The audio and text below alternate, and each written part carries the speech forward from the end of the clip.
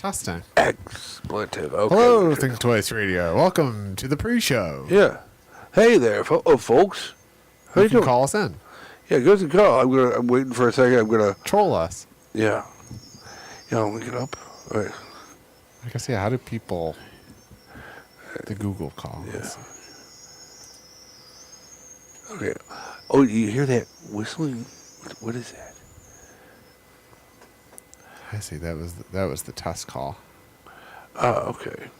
Look, there's a phone number, so you guys... Call in? We're going to talk about many exciting things. You can rate us. Yeah, we're going to talk about... Sumo. Sumo wrestling. And Shintoism. And the pie chart, which is Shintoism and sumo. Great. Yeah, because Shinto is a great religion. Yeah. Do you know about Shintoism? Yeah, I know. It's like... of all the reasons, that one fascinates me the most. Because it's almost, to me... We should talk about this deeper into the show. No, we can talk about it. But the thing... Well, I haven't connected yet. Oh, I see. I haven't connected. Get your... Yeah. We're teasing the listeners. Yeah, because like I see it. And as always, listeners, this is your show. We're just your puppets. We're not employed by Channel 247. We're your talking heads. Yeah. So talk to us about what you want us to talk about. Yeah.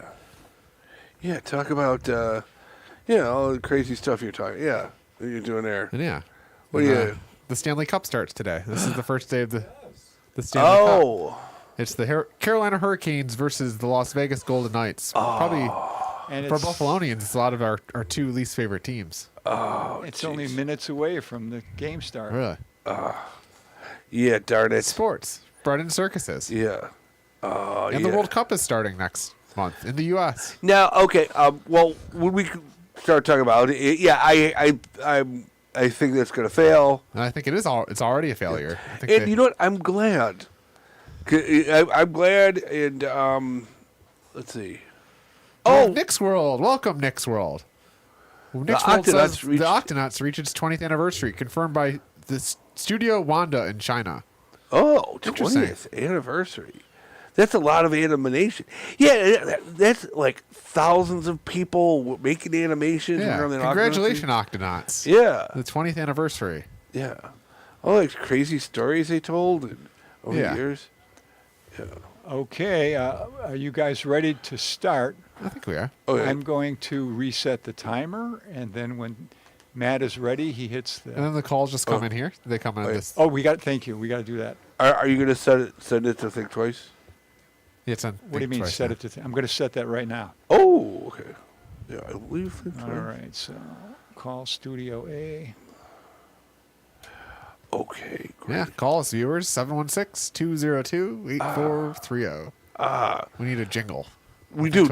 We definitely do need a jingle. I see an incoming call. Then I would just... Hey, who is it? Hey, let's talk to these people. So then I would just click this. And click that. Who would it be? And then we'll hear an echo. Hello. Hi. Okay, the phone is live. Smalltalk with Matt and John, 202-8430. Who could it be? Okay, so now you understand how to answer the phone. Yes, we are. Phones are live. Phones are live. Ready to be puppeteered by our viewers. Yeah. Who the heck is that? And I'm resetting the timer. Is it Nick's World? Okay, when you are ready on the stream deck, there is a number 5 with a circle around it. Okay. When you press that, your timer will start. Okay. See you on the other side. Here we go. Here we go. Great. Hello, Think Twice Radio, and welcome to another exciting episode of Smalltalk with Matt and John. Yeah, I'm John. And I'm Matt, and this is our show. Yeah. So we're going to talk about some stuff. We're going to talk about sumo. We're going to talk about... Sumo, the moon landing. How we went to the moon, and all that fun stuff. And maybe we'll talk to our phone caller. Yeah. Phone callers. We have a phone line open, so Small Talk with Matt and John, 716-202-8430. Yeah. You can call us on, and we'll take your calls. Yeah. And, we have Nick's World here in the chat, so thank you for Nick's World for bringing us knowledge about the Octonauts. It's cool. Virginia McIntyre is here. Hello. Hello. We went to, there's a House of Hips. They did a showcase, and Virginia was actually doing belly dancing. Wow. Oh, hi. Yeah. Great. Okay. Lots of hip movements. It's Great. Yeah. Cool. It's a pretty incredible art. That is an incredible art. Yeah. Which is similar to sumo. In sumo wrestling, they actually do what is called a Shinto squat. So they do a deep squat and they kind of lift up one legs, and they can get pretty high. And it's all about slamming into each other, like these making their bodies actually, huge. The Japanese believe that the sumo, actually them stomping, would get rid of the spirits. So actually, their stomping that they do is actually part of the harvest. And that's like great deep coming out of Japanese culture. Yeah. Out of, I just watched a documentary and I didn't realize because last month there was the World Sumos in Japan was going on. So that was like a 15-day everyday thing. So that was going on, and that got me. Yeah. I got into the wormhole. I saw a documentary about how essentially sumo is like a ritual of Shintoism, which is the indigenous religion of Japan. So then that opened up a whole wormhole. And you know a little bit about Shintoism. Yeah, because I did. I went to Japan. I'm still very interested in Japanese culture. When did you go to Japan? Oh, geez. This was like, must have been 26. So it'd be what, 80s? Yes. No, maybe 90s. 90s, yeah. 90s Japan. Which it really blew my mind because I had never really been out of the country. Well, I'd been to England and stuff, but really, that was Japan's like they're different. They're really a unique culture. They're an island, right? Yeah, it's an island, and actually, going there, I started to realize we're screwed up, and basically like really like they're just very polite and everything they do.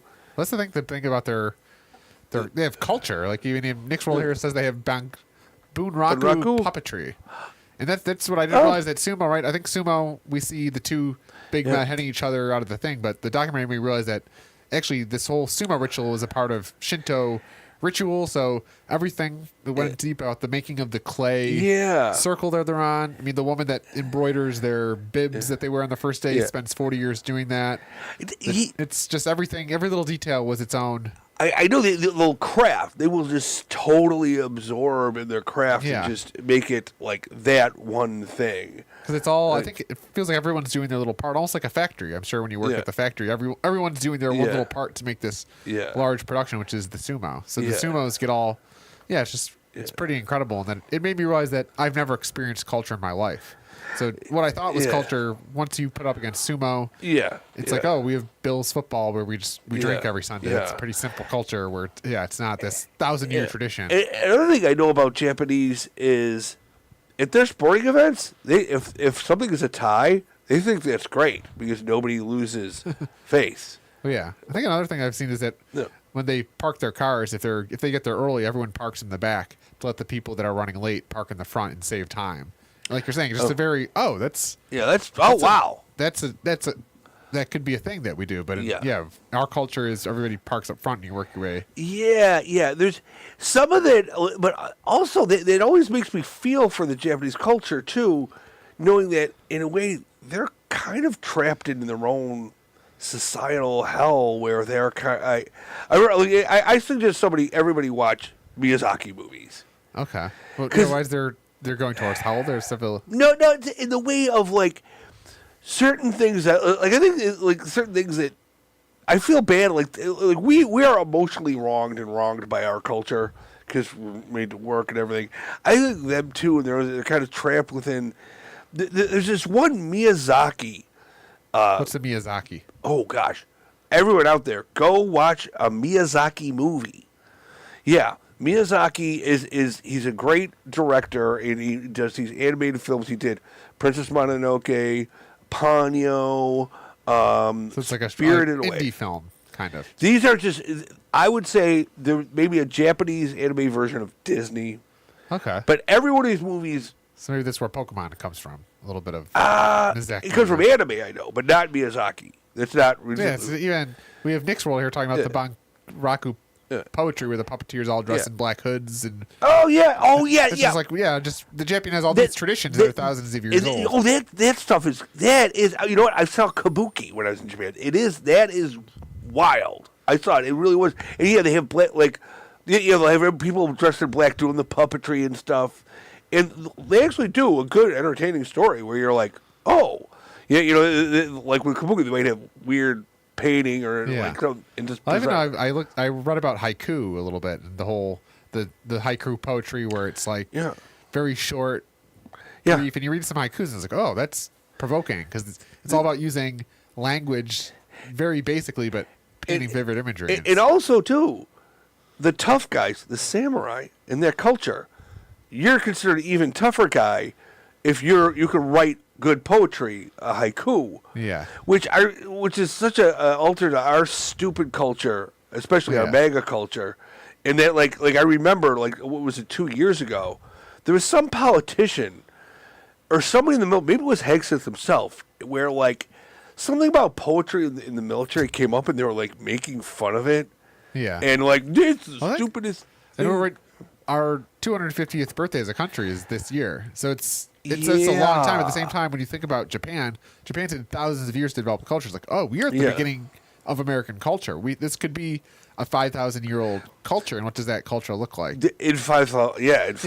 So it's also like we're at the very beginning of American culture. Because 250 years is nothing relative to, I think the first sumo was like, I don't even know. It was thousands of years ago. So it's like this tradition that has developed over time, and it's crazy. Yeah. And it's like my theory at Shinto seems like, say we had left Native American culture alone and just let it develop in their religion. Yeah. I was Shinto wondering, is the indigenous religion of Japan. Yeah, if it would have been someone of Native American, like everything has a spirit. Or I believe Shintoism is similar to there is no God, but everything is there's a spirit in everything. But they do have gods in there too, and it's just amazing based on these temples. Yeah, the architecture has the very peak. There's very distinct. Yeah, kind of almost Frank Lloyd Wright meets Japanese, but actually in sumo. The highest level sumo, the yokozuna, that is the pinnacle of sumo. Yeah. They're actually considered demigods. They're actually considered gods themselves. And they do this ritual. They wear this big belt that has these giant white lightning bolts on it, and their stomping is supposed to keep the spirits and ensure a good harvest. I think too, like there's probably stuff about Japanese culture that we just might not get, and we call them God, or God. So it might be, actually, if you're a Japanese person, give us a call. Yeah. You can explain all this. Well, it's just how different their culture is. Hi, Jordan James. Oh, we have Jordan James here. Hello, and welcome to the chat, Jordan James. We're talking about Japan. We're talking about sumo. You're talking about sumo, though, because the sumo world champions were last month. So actually, it was a big thing. I don't think there's any yokozuna, but and these guys who eat and eat and eat and they eat and train and train, and they become a body shape, which is. Doesn't look that. I think the average sumo that I was watching, they're all over 300. If you're under 300 pounds, you're small. But then even you watch the sumo, then you get in the wormhole of the vintage sumo and archives. There's actually one sumo guy. I think he's from the Czech Republic, a white guy. He's about my weight, and he's just. I guess he did judo, so he's all about the technique. Because even your strength, sometimes in judo, it's just about getting the person to fall down. So, but then there's Akebono Taro, who was this Hawaiian yokozuna. He was like 500 pounds, 6'8". Yeah. And it's just crazy because the Japanese people are enthralled. And it just makes me wish that I think NFL Sunday is the closest to what we have to sumo. Yeah. But it's the American football is like very surface level. Where it's literally the sumo is a part of their religion, Shinto. So I'm curious about what the indigenous. What Shinto is actually about. Well, I know too. If you're say every Japanese home, but you might not be that religious, but of course you'll have a shrine to your ancestors in your home. Yeah. You just open up.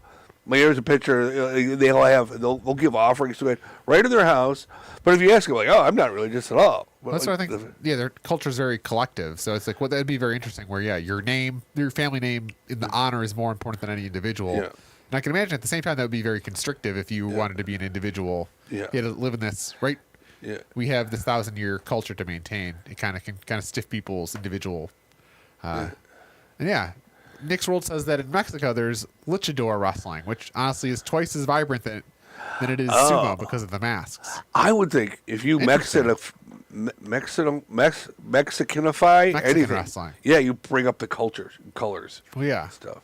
I'd imagine the sombreros and that's just crazy that each culture has its own thing. There's the Japanese sumo is just the sumo of Japan, but And the FIFA. We have the FIFA because the World Cup is next month and it's in America, and I think there was some reporting that it's already a failure because I think the city of Kansas City was promised like X amount of tourists and revenue and economic development. Apparently, those numbers aren't coming to fruition. Well, our childlike infantile president is applying infantile logic to the entire world by basically insulting all our allies. So that's hurting tourism. Then people are jacking up the prices, like quadrupling the prices. And the stuff that ISIS, they just hear the stories that from ISIS and our people who like tourists coming here. They've been detained. There's stories like that all over. If people aren't actually, there's no tourists flocking to America to watch the FIFA. If you're an ignorant MAGA person, you love these stories of some tourists being terrified, going through hell, basically. But they hear that back in their country. That's a whole part where they don't understand, and they hear that, and that is bad. That doesn't make you money. MAGAs, if you're out there, bigotry does not make you money. I think ultimately the FIFA, it seems like it's the same thing that the NFL is. It's not about the game of soccer, right? We wish the World Cup was about this global village of all coming together around the game of soccer, but it's about making FIFA money. Yeah. So I think even they're pricing out. They don't want working class poor people to come to games. They want to make money off this thing. So I think the tickets are overpriced, and the lack of tourism, because ideally you'd have people. Yeah. And I think this World Cup's different because usually in the World Cup they'll have one or two cities that host all the games. This is like a decentralized FIFA where there's stadiums all over the United States and Canada that are hosting games. So it's like there's many different sites. But it is crazy we're less than or approaching here a month on America's 250th birthday, and we're hosting the World Cup. And there's there's no juice to the celebration of which says so much about we voted for this. It is sad, because I remember. This is how old of it. I remember the bicentennial. Yeah, what was 1975 like? It was kind of nice, feel good, kind of wholesome. It was very wholesome, kind of aged wine. I feel like it's wine we can open. It's aged well. Jimmy Carter was a good, decent man. Which he's a peanut farmer. He was a peanut farmer. He did not inject himself. It was just kind of I know that they would show their different ships, and they were very proud of these ships. Yeah, and they would talk about. That's the thing is we don't build anything here anymore, so there's nothing to be proud of. What is America building? We built a lot of stuff. Our economy is where I work. Financial Ponzi schemes. Well, not for me. I make stuff. So I don't know what America. We make stuff. But just think of our manufacturing base, what it was 50 years ago. It's it's a shell of itself. Lackawanna steel, it's just. Yeah. We make everything in China now, so it's kind of. Yeah, we did used to pump out lots of. That was. Though it was also hell. That's another thing I remember as a child. Yeah. Going through Lackawanna, I could see fire at night from smokestacks. In Lackawanna. It must have been very smoky. It was smoky and gloomy. It felt like Mordor. And it looked like Mordor. They're just pumping black fumes into the air. Into the air. And it was probably not good for anybody's health, Yeah. That was a very time in America where, individual health was kind of not really thought about. Right? It's because even I think the people that worked at Lackawanna Steel, they'd do a shift, then they'd go to a bar, drink half their pay at the bar, go home, and then repeat. That was the life. Like you're saying, it's very I think we were the second largest steel producer in the world, right here in Lackawanna. So it's now it's nothing. Yeah, it's sad. It's like what it is sad. It's sad that there was a very nice old building in Lackawanna that they bashed down. It was but the rest of that steel thing, they got to do something new with it. Yeah, I think that's just crazy that was there and now it's not. And there's pictures of our grandpa working at the steel mill. Really? He worked at Lackawanna? He very well may have I don't know if he worked at Lake, but he was a steel mill guy. Yeah. Which is like your grandpa. My grandpa Farrell. Yeah, it was just in a sense your great grandpa. Yeah. Well, I was reading about the Against the Grain, which was a book about the Irish immigrants to the First World, and just the whole grain. Because I think now we just have these silos that are like, oh, look, these big silos. But those at one point, there's many of them. They were filled with grain, and the big invention. There was some guy here that essentially the scooper that so ships could pull up and they could scoop it all. And good job, the grain industry, and there used to be ships, and I even just joke that Buffalo doesn't have a fishing industry. We're on these lakes. There should be like a fish market, and you should be able to go on your boat and fish. And but there's not a great abundance of stuff out there. There should be. That's a good thing. Like well, I think we're fighting this legacy, right? Of they were just pumping. The water is so polluted, the air is so polluted that you had nothing. The fish that live there, you can't actually eat them. Which is a shame. Actually, you can. I know people who do eat this lake fish. Yeah, I think given where inflation and food inflation is going, that might be a thing. But we should be stocking the fish in the lake. You're right. Our story should be like, oh, I went out there with a net. Yeah, we should be brought back a haul of the sons of grain millers and fishermen and and all sorts of we should have an economy because we don't have an economy. That would be not just in Buffalo, but in the United States. We don't. We make everything in China. Our economy is financial institutions, financial products. Yeah. And bureaucracies pushing paper around. It's very frustrating. But we do have a great lake, and there should be more haunted ships there. There should be lobsters. That's an interesting idea. There are shipwrecks. Have you heard about the Edmund Fitzgerald? Yes, I have. Say, how many Edmund Fitzgeralds are just at the bottom of lakes? That'd be a cool company of actual. We take people out on boats and we go scuba diving for old treasures. I know there are scuba divers. Scuba diving as a hobby, people could do it. Yeah. But I don't even think about looking for. Yeah, we could be like Forrest Gump and searching for gold at the bottom of the lake. And I heard too that sometimes you could go there and find old bootleg liquor that was thrown overboard. At the bottom. Is kind of cool. At the bottom, unopened. Wow. Yeah, that would be gold to find. That would be great. That would be very Can you imagine just taking a shot of whiskey that had been down there that's been at the bottom of Lake Erie? You know what too? I think there are places in Lake Erie where there's a certain depth where things preserve. Yeah. Like they have the old day ships like from when we were fighting with Canada. Yeah. Those ships that are down there still. Yeah. Which is creepy, but they're in super good condition. Because like things get so cold, there's no salt, right? Because I think the Titanic's at the bottom of the ocean, so the salt's eroding it. But if you're at the bottom of a fresh water, essentially, it's almost frozen. Yeah. If Nick's rolled, the main quote is, "What's the story of Belmurray?" Belmurray. Huh. That's a thought-provoking question. Belmurray. It sounds very Scottish. Yeah. I know there is. Okay. If you are English, there are several shows. There's soap operas, and they're about like little towns in England. No, streets in England. There's one called Coronation Street. My ma used to watch it. My girlfriend watches it. But they've been going on. There's also another one called EastEnders. Yeah. But the stories just go on forever, and they're all like about people like they all go gather at the pub like, hey boy, let's have a point, and they get into their lives, and inevitably there's murderers and all sorts of affairs going on. Yeah. Well, even I have some copies here of the Buffalo Contrarian, which is this new local paper. Here's a copy. Great.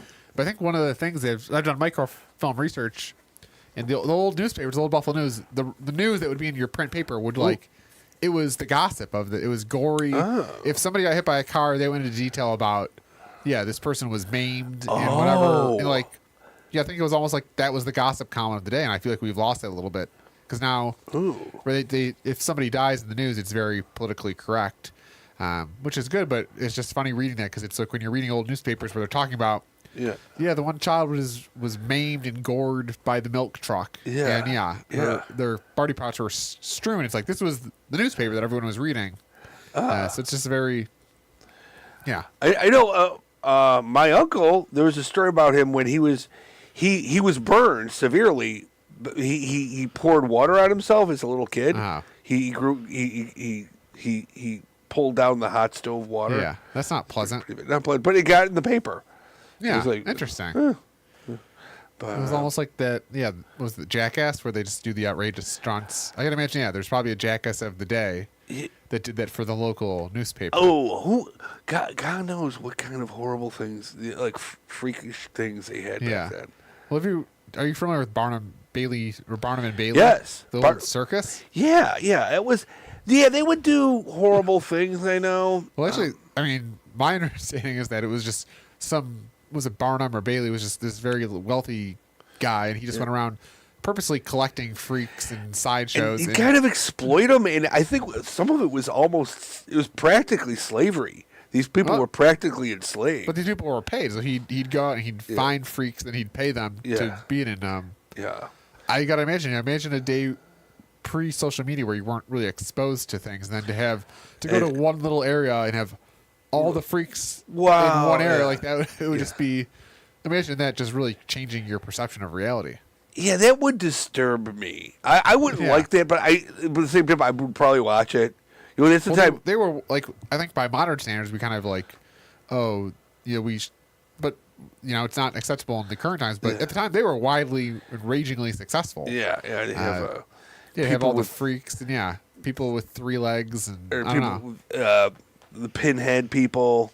Or I think one is like the world's ugliest woman. And she just had some condition where she looks like a man. She's got a beard. Yeah. I think it's probably just mostly people with medical conditions. With medical conditions that weren't understood yet. Yeah, it's really. Yeah, I would rather. Yeah, it's a sad part of what they would used to do. But our again coming back to culture, our culture has evolved now. Where now we have more gossip columns. Now I'm wondering if there was thrills. a Japanese version of circuses. I'm sure. I wonder. I don't. Well, it had they'd have geisha shows, but that's a whole different thing. Yeah. But that was it started off kind of like a circus. Like it's really this intricate production with. I think the clappers, like they make a little sound, this little two things. And this documentary that I was watching talks about, this isn't just any piece of wood. They cut down a cherry tree, and then they make 50 clappers, and the Shinto priest only chooses one that has the highest sound. And I'm sure if you go into the cherry trees, there's probably some cherry tree farmer that goes into how to grow the perfect cherry tree. I have another question for Japanese people.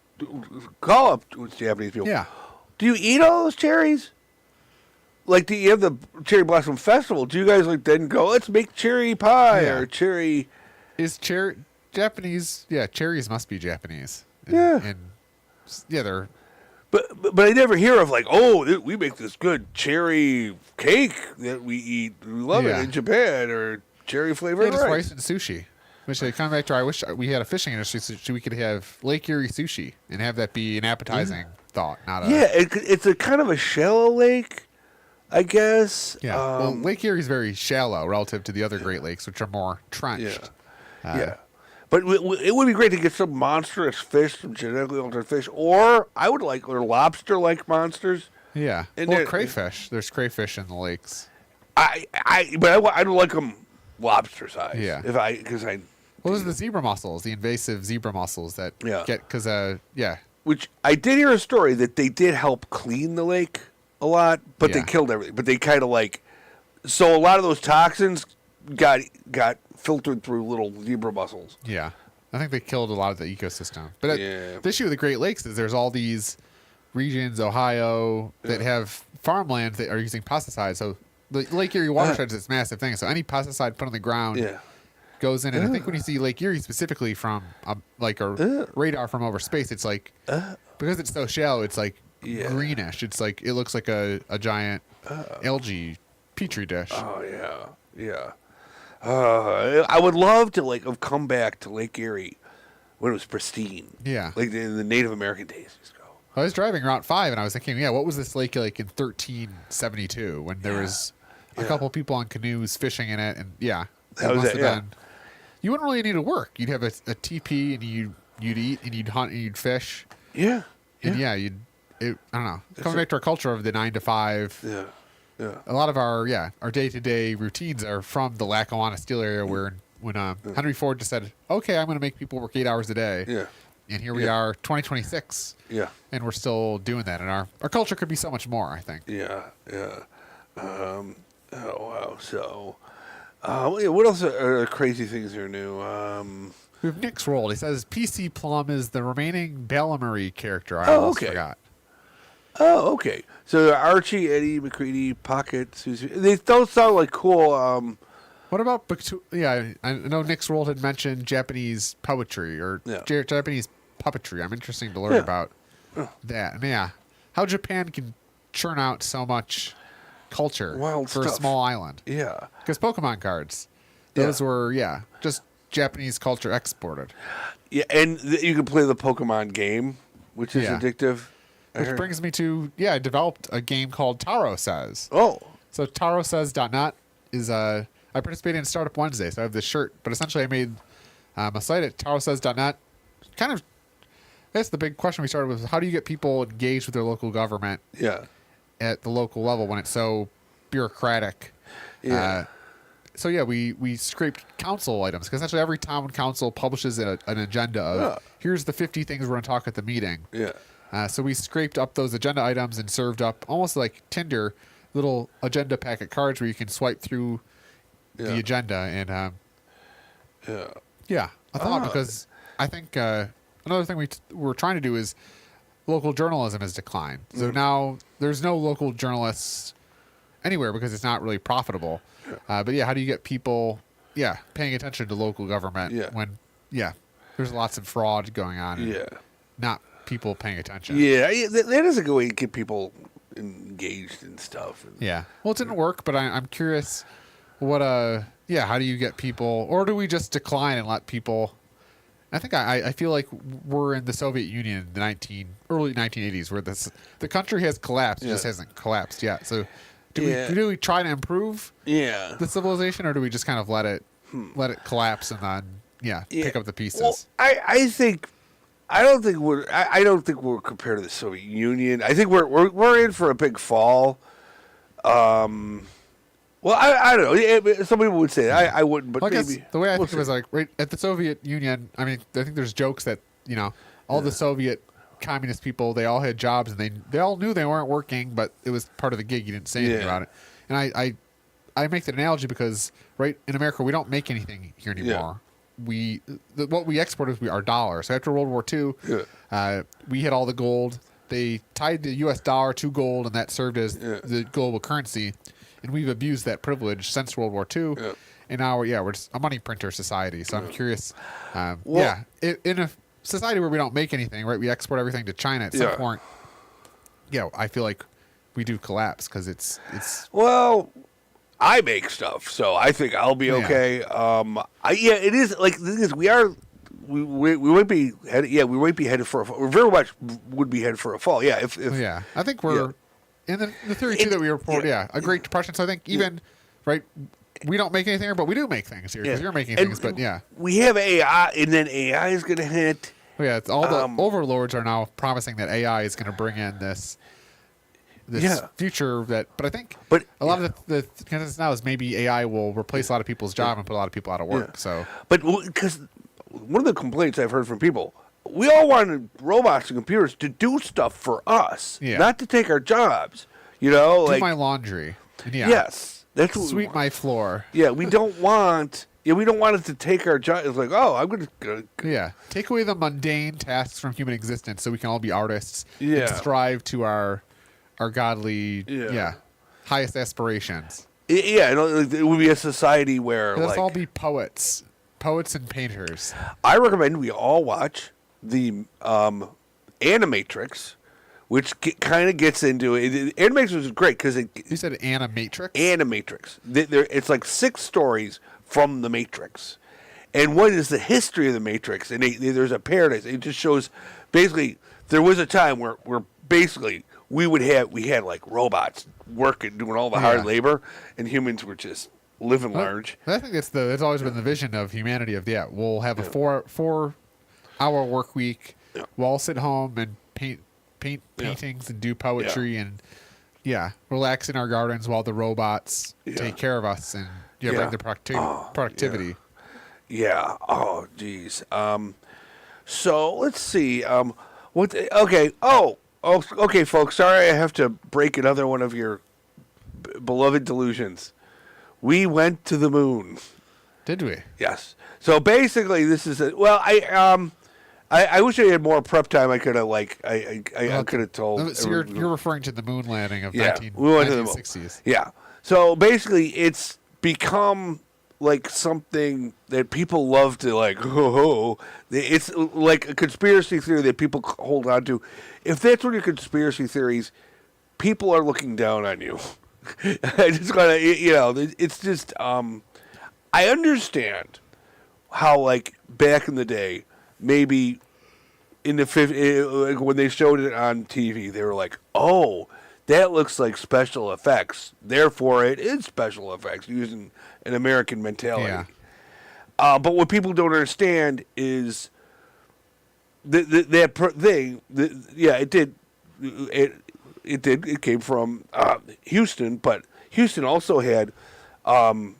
It was all, there's 3 parts around the globe where they were getting that signal from. Yeah, triangulation. Triangulation, and not only that, there was also a media place in Germany where they pointed their things at the moon, and they got this exact same signal back. They were doing all this with flash drives, thumb drives by today's standards. Yeah, and we haven't made any progress. And another thing, also that. There would be different universities were listening in to the astronauts talk back. And number one, please read about history. It's called a space race. We were racing against the Russians. For that time, they were our nemesis. They were our rivals. They still are in a certain way. But they were watching us. Would you, if you spent your whole life as a racer or something, and you had a rival, and you heard he broke he won a race or something, or he did a 5-minute run or whatever, and what if you knew that he cheated? Wouldn't you say that? Yeah. Wouldn't you express that? They were our bitterest enemy. I remember that we lost a plane in Russia. And they talked about it. It was called, they talk about the media. Oh, my God, the United States did this. They did, oh, my God, look at this. That's what countries did back then. So they had their own navies, and they were listening in. They also had a probe that was going in the moon, going around the moon, too, at the same time. Yeah. That must have been a very, I don't know. Yeah. It must have been a very interesting time to with the Soviet Union. Yeah. Yeah, the space race and I don't know. Yeah. But the whole idea that people are all working together for a greater good. Yeah. I joke that I wish we had some large goal that society was moving towards. Yeah. And the fun thing too, there were universities all over, but also there are ham radio operators, which these are unique geeks, like back then, where they would be able to, they would listen in, they made their own equipment. They would listen in, like, oh, you listen to the astronauts, and from the same part of the moon, and it was the same, and the signal you get back is a really unique signal. Seems like we should have a moon base or something at this point. Yeah.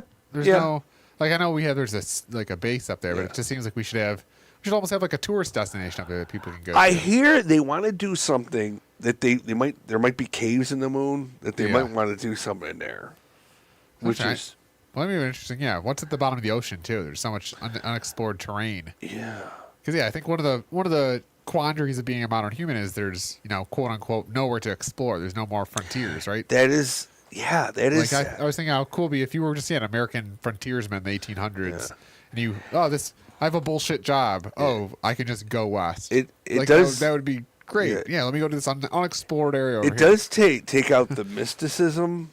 Of the world, like there's no unexplained or uncharted territories. Yeah, but that's where I think Antarctica and the bottom of the oceans. What's it if there's preserved ships at the bottom of the Great Lakes? Yeah, what's at the bottom of the ocean? Yeah. What type of things? Especially when there's those nature shows and there's all these freaky, one-eyed things with light bulb heads that turn on, and they do have bizarre like things living off of chemical heat. And chemicals almost like octonauts or or just very H.P. Lovecraft or H.P. Lovecraft. Yeah. Bizarre critters and animals, like Yeah. moving off of heat vents.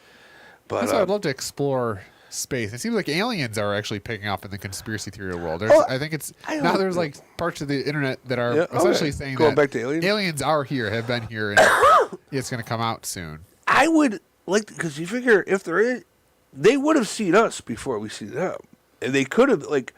That's what I want to. If they were watching us, what do they know about us that we don't know? Yeah. Well, I think if they meet us here, they've been watching us and they came here. Could they show us about like dinosaurs that we missed? Well, that's my theory too. I think when maybe right, if dinosaurs were reptilians, who's to say that you couldn't have had a dinosaur 200 million years ago that had greater, right? They had bigger brains than humans, so you could have some sort of reptile alien thing that. I don't know. That's what we don't know. What was the Earth like 200 million years ago? There was an Earth here. There's creatures here. But even I think there's people are saying, right, we paint dinosaurs with scales and stuff, but like we have no idea what their fur is. Like they could actually have giant feathers. They could look like chickens. Yeah. But we don't know because the good idea is if you found the skeleton of a beaver, you wouldn't think it's a beaver because it's got this giant tail so it's like we know so little about. I think the Stegosaurus. The T-Rex is closer to the humans than it is to the Stegosaurus. Like just the scope of the scale of how. Oh, that's amazing! Yeah. Yeah. So it's just My theory is maybe that there was some dinosaur that ended up being highly evolved. That's what I like to think. It's fun to make up your own conspiracy theories or theories. I would like. Yeah. I mean, we want other. Yeah. Like us would be so fun. Because I feel like 2026, it's just life's pretty mundane now. I feel like we want. Could something have evolved? Intelligence here. Yeah, and I think so. Maybe they left. Maybe they're still. Yeah, maybe they're still here. They left and they came back. Maybe they know how to hide, which is fun. Like maybe people talk about fairies. And stuff. People. I think the modern human, we just think of like cavemen as but like the human brain has been the same. Yeah. But who's to say even pre-humans there wasn't some dinosaur that had super intelligence that we don't know. Or maybe there was another branch of humans where they were just really sophisticated. They super evolved and maybe they were like. Even the time we think our civilizations, like even the pyramids are like the oldest thing we know. They're like 10,000 years, but like. Yeah, what were human beings like 100,000 years ago? We really don't know anything about those people. We think of them, they're cave people, but it's like those people were smart, and I think the idea that even there's maybe civilizations that lost, and even now seeing where we are, civilizations they rise, they decline. Yeah. So it's not a linear thing. Even if something wiped us out, how would they know about our internet? Right, internet's nowhere, but we have this technology that hypothetically could be lost to time. Yeah, so they're saying so much of the Earth has been subsumed, like it's like gone under, like then there's the plates. Yeah, the plates are moving, just become lava. Yeah, yeah, and we'll never see it. Yeah, yeah. Oh, we have next world. The panic button. The stream is almost over. Oh, it is. I think we have 20 minutes left. 20 minutes. Thanks for hanging out with us. Next world. Yeah, almost a loyal viewer. Yeah, Nick's World. Yeah. Yeah. But Nick World, I watch Miyazaki movies. They're all great. And I think I want to go to Japan. That's my new, I think that's my, I want to go within the next 5 to 10 years. I want to go to Japan. You definitely should. Yeah. Have my mind blown with culture. Yeah. It's good to get out of America, get out of our own heads. Yeah. I want to eat sushi. Oh, yeah. Eat sushi. I think there was the hot dog eater, Kobayashi, I think. And they showed him training, and he was at this diner, an all-you-can-eat diner, and he's sitting there, and they have a little conveyor belt, and essentially they just put little plates out. So he's sitting here just grabbing little plates of sushi, and then they show him he's got a stack. And it's like, I want to sit there one afternoon and just pay $8 and just eat little sushi trays that go by. Yeah. I heard, I don't know if there's a documentary on him, but he had like a rival or something, like a friend, and they got really mean and racist. Well, I think the hot dog eating, he was interesting because they're talking about Japanese culture. The Nathan's hot dog eating competition, which is July 4th on Coney Island, the record was like 35 dogs was like the record. And this slight Japanese man, Tobayashi, showed up, and he like set the new record at like 65. Like he just absolutely annihilated the record. Yeah. Yeah, and then so he was like this phenomenon of like, oh my, this person just. Yeah, he just literally doubled. Yeah. He doubled the record. The record was 30, and now he's doubled it. So he just completely pushed the boundary. Kind of like the runners who've once a runner broke the psychological barrier that you could cross a 3-minute mile. Yeah. Then people all started doing it because it's almost like so Kobayashi essentially broke the psyche that he brought human consciousness that a human could eat 60 plus dogs in 10 minutes. That is amazing. And then Joey Chestnut was kind of his rival that then somehow got the 60. Now Joey Chestnut's been a phenomenon. He's been like chowing down 60 plus dogs every year. Yeah. But it is amazing the idea that somebody. That's our culture. That'll be give Coney Island another 1,000, 2,000 years and it will be sumo. Yeah. Oh, that would be nice. Yeah. We have Jordan Vale. Kobayashi is inferior to the American. Yeah. So now Joey Chestnut is the OG, and he's the thing. But I think I will say Kobayashi was the one that he broke. You could say the sound barrier. Yeah. He was the one that broke the frontier. That is amazing. Set the new standard for Joey Chestnut. Well, I know that's how skating kind of evolved. Like for years, nobody would know how to skate to jump a skate. Then one guy kind of figured it out. Kind of like the Wright brothers, right? There's for hundreds of years there's people jumping off cliffs with tar and feathers, and then the Wright brothers figured out. They didn't even really fly. They just kind of glided for like a couple hundred feet, and then gotta love them. Yeah, they kind of it's they broke the frontier. Now then people said, we can actually fly. Yeah. That was gotta love them. And also the people who tried to fly. That's good for them too. The Wright brothers get all the credit, but you need the thousands of people that jump off cliffs. Yeah, all those designs didn't work, and they contributed to the human knowledge by providing humanity with a path of this. This path doesn't work. Yeah, but I think most people do think that if you go like this, you can get off. Sense, yeah. Just flap your wings, very big wings. Yeah, I think the way planes actually fly is that the wing is kind of sloped, so the air going over it is moving slower than the thing, which creates a lift. Yeah. But if you just watched birds, you would just think that'd be the way. We have Nick's rolled. Yeah. Junichi Kanemaru, who is the Japanese voice of Sonic the Hedgehog, uses a tiny amount of English sometimes when voicing Sonic. Oh. Whether it's games. Yeah, Sonic Hedgehog is another Japanese, a Nintendo, or was it the Sega Genesis? Yeah. Richard joined. Oh, okay. Why not let Richard? Oh, you know about our buddy Richard joined for. Maybe we should have Richard. Yeah. Well, Richard's our executive producer here at Think Twice Radio. Yeah, he's doing his own thing. Yeah. So, but I do recommend Miyazaki movies because a lot of them they're all deep within their own thing. Like there's one called Princess Mononoke, just very good about the environment. It's like a Japanese storytelling art form, the Miyazaki. Well, a good movie, good guy, good. Yeah, it's a person. It's not a genre. No, he is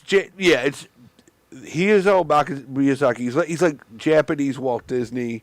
Oh, okay. But he has a strong environmental message and societal message. He's a strong point of view. Which is very good. Sweet, that's what I hope the Buffalo Contrarian. Yeah. One of the articles here is about Chris Collins because Chris Collins, the former congressman, he came up with his own. What's it called when you write your own? His biography that he wrote himself, and it's called My Remarkable Life. And the author here in the Buffalo Contrarian just takes the side of the position of Chris Collins is a scumbag kind of and takes that angle hard. Oh, because I think he got caught in doing insider trading on the White House lawn. Oh, so the article in the Buffalo Contrarian. It really goes after him, which I like that. Oh, okay. I like people that have points of view, and right. I think most of the mainstream media is kind of this curated vanilla. Yeah. Here's the issue, but I like people that are saying, no, this is the issue, and I stand here, and this is why I stand for it. So I think strong opinions are something that I appreciate, and I don't think it's a lost art.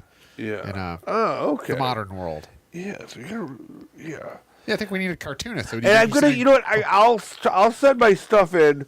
I don't have anything political like geared toward Buffalo, but I do have I have cartoons that are actually funny. I have cartoons that only I think are funny, but I have cartoons that people would actually chuckle at. Yeah, and go, I believe so. Yeah. We have a comment here. Chris Collins and many of his family benefited from the insider trading. Oh. He was the first to be pardoned by Trump, I believe. Yeah. Interesting. Yeah. And Trump's pardoned all sorts of folks. So even part of his documentary here, or his book, is just talking about. Plus, even this guy, he got caught. Right, he was a congressman. He got caught doing insider trading fraud on the White House lawn. Yeah. Instead of taking his bag of money and going, he lives in Florida now. So instead of, right? Yeah. If I was in that situation, I think you're the same. Okay, I am this corrupt political official. Yeah. I have his bag of money from that.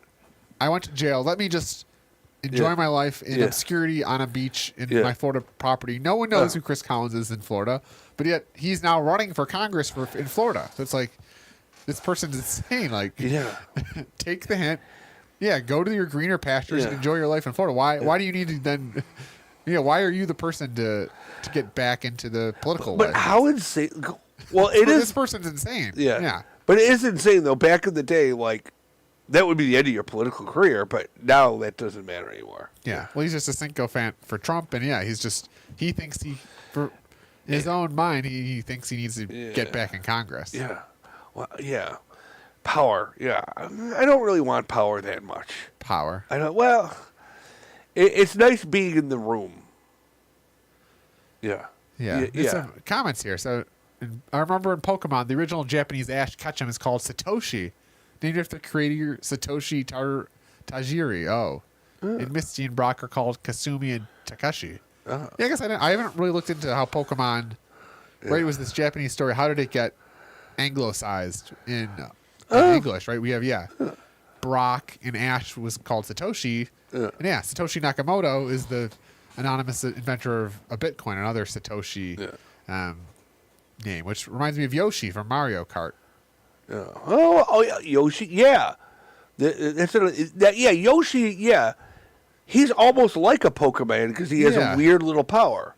Well, he's like a dinosaur. And he eats you and he could poop you out as an egg. Is that what he could do? Yeah, something like that. Or from Super Smash Bros. But he was like a Pokemon. What was he an actual Pokemon? Well, I think the earliest Pokemon was I forget which one it is. A Rhydon, which is this dinosaur Pokemon. So the first depicted Pokemon was not Pikachu. It was Rhydon, which was a dinosaur Pokemon that was in the jungle set. But that was the first. Yeah, the creator of the Pokemon. Yeah. They came up with a good idea. Because I don't like the idea of collecting weird little animals. Yeah, like a weird, a little dinosaur. Magical creatures. I like cute dinosaurs. Like, I'd like to have a little cute dinosaur thing. Yeah. Yeah. Well, do you remember Tamagotchis? Yes, I do. Yes, I do. Did you get remember into that as an adult? I did. I got one for a girlfriend of mine. And I got they're little. They're little digital animals. It's so simple. And a little egg on your keychain. And then mine died because after a while I just forget about it. Yeah. But I like that idea too of taking care of animals, like the Miyazaki or like animals in a digital space. Yeah, we have mixed world here.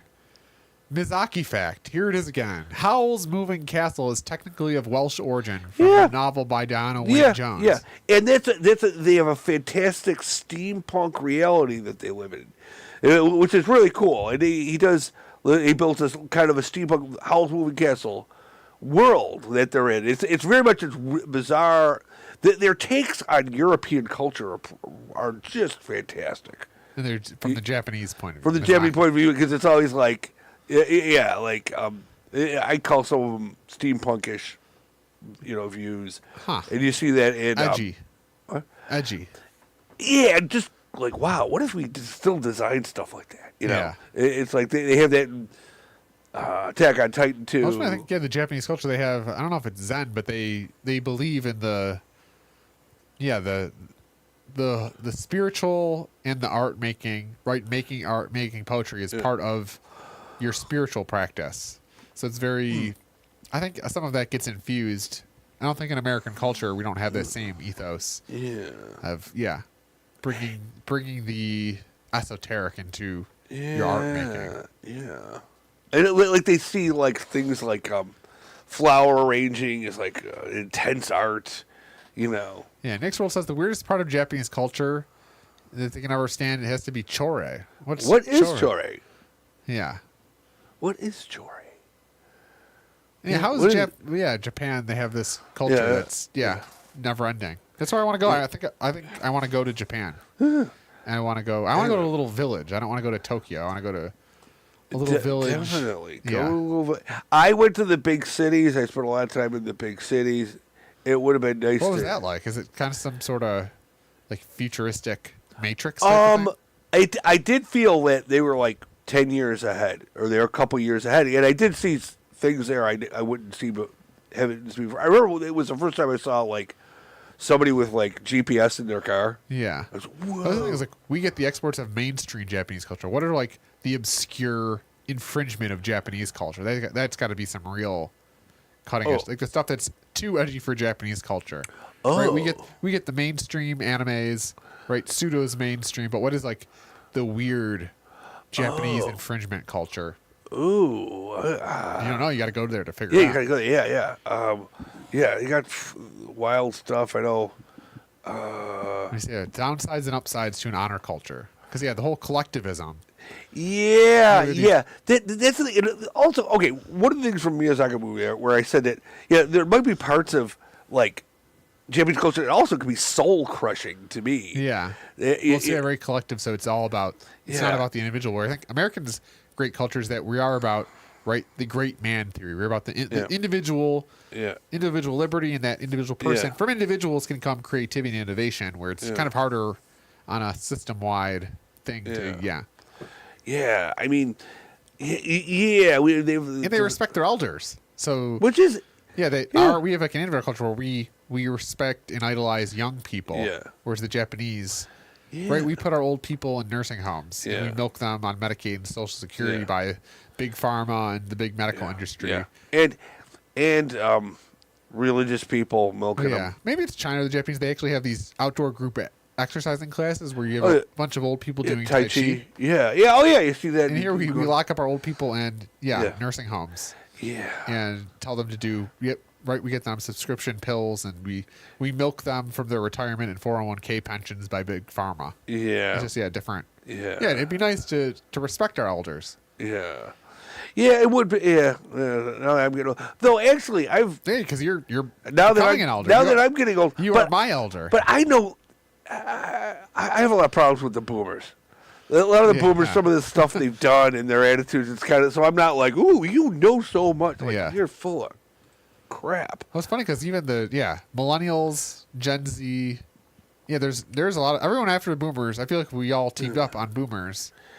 Because here's the boomers hitting retirement, and they're, what did you build for us? Yeah, well, to me, it's like some of their thought processes, and just like I usually I usually get really down on certain boomer posts or weird things. What is the that boomer post? Okay, here's a post I saw. Well, it was generated by AI, so it was made to like hook in a boomer and get a boomer to think certain things. Well, I've heard, people are tricking boomers with AI. They don't know what it is. And it said, back in my day, there's a picture of this cherubic kind of kid. It's like a Norman Rockwell kid getting served lunch by a lunch lady. And the thing it says, back in the day, our lunch ladies served us like she was making food for her family. Like they were like part of our family. Like, what a bunch of bullshit.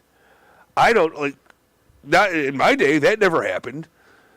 It was like we were never served like the like lunch lady is always just like almost like a monkey throwing shit at you. You know, it's somebody you don't want to do it. But they had this big cherubic thing like this was like what it was like back in the day, and they showed this lunch lady, but it was just pure bullshit. It was pure wasn't this wonderful that this happened? And like that never happened to me, and I doubt it ever really happened to I don't know. Yeah, we have a comments here of we respect our elders by keeping octogenarians in power. That's how we respect our elders. The people running our society are all the boomers haven't even came to power yet, right? It's the great generation which is still in power. Yeah. I think Donald Trump is about to be 80. We had Joe Biden before him, Nancy Pelosi. Yeah. We have all of Congress are out of touch people that they need to go away. We need a young person. Well, another Obama would be great. Obama was great. He just came. He was smart. I want to feel warm and fuzzy inside again. Yeah. Even if we get all the same, I want to feel warm and fuzzy on the inside, which I think it was something. Yeah. And ultimately, this all goes back right to the assassination of JFK. That's where I'm of the school of thought that everything we're dealing with now was just it all started in 1963 in Dallas when they took out JFK. Yeah. That was when the CIA they seized power and has that blob that killed JFK. Have they ever relinquished power? Yeah. Yeah, or did they just, which is sad. Yeah. We have someone that says, I don't remember lunch ladies feeding us. Like families, yeah. It's like the lunch lady used to be. Well, okay. I would make fun of as a kid of the lunch ladies. Yeah. I say terrible things. I'm lunch sure they were lady wonderful is something people. To be. I'll say that. A lunch lady is something to be. Yeah. Yeah, but it was this one made up meme just was like so annoying. Like, what are they? Probably there was a time too when lunch ladies actually made the lunch. Like I think I grew up with lunch ladies who got deliveries from the district and then heated that up. Oh, okay. Like there's probably a time when the lunch lady was a bunch of old ladies that probably had vats and made the food from scratch and fed the children. I always got the feeling that they had big things that they were plopping out, like plopping this here. But I'm saying, cut the the original lunch ladies probably made things, whereas there's a difference between making things from scratch and getting a bunch of frozen pizzas and putting them in the oven and then feeding them to the children. Yeah, and there was you get when boys went swimming in the buff. Yeah, naked swimming and in gym class. I don't remember. That's a very. Did they? They probably did. It's an insane thing. They probably did. Very different times. Yeah. I see Nick's World. Nick's World. Octonauts at Ease. Yes. Octonauts at Ease. Thank you for puppeteering us too during our show. Yeah. We appreciate your. Thanks, Gene. I'm gonna look up the James Jordan. The Japanese gambling. Apparently, Japanese gambling. They don't gamble, but they have their own take on it. And, no. Yeah. Interesting. Oh wait. Yeah. There's this ball machine. I forgot what it's called. Where it comes out and it drives you nuts. Rochini or something? And and you could get little prizes. And it's very addictive for Japanese people. Like it's a machine. Like you put money into it. Are they like obsessed with like things like American blue jeans and like cowboys? Like, are there like parts of American culture that have got lost in translation going that way that they're like obsessed with? I believe so. Yeah, I don't know. The same way we interface with their culture, they probably interface with our culture and are probably like the Americans with their cowboy I know boots there are some very rude takes on black people. Like there's a class of girls who will like I think spray tan themselves. The Sumo, they have these things called Maiko girls, which are these fan dancing girls, but they paint themselves in white. They are white, pale. And because I think being I heard in India too, they actually think having light skin essentially means you're elite because you're inside all day, whereas if you're darker skin, you're outside. Yeah. So the Maiko girls are painted face. And they have their own dancing, which is a thing of culture of Japan. Yeah. Yeah. So okay, so it was a good show. So, hey, Jordan Valley. Any wisdom you'd like to put on our guests? Wisdom. Yeah. Take it easy, folks. Yeah, summer's coming. Take it easy. Take it easy, yeah. Yeah.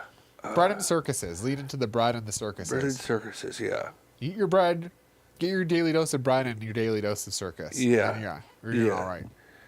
And this was a circus, so thank you for tuning in. Yeah, it was good. Yeah, until next time, I think we have the studio booked for June 24th, so we should be back on later this month. And remind me. Yeah, I'll forget. And thanks for tuning in. Thanks. Till next time. Yeah.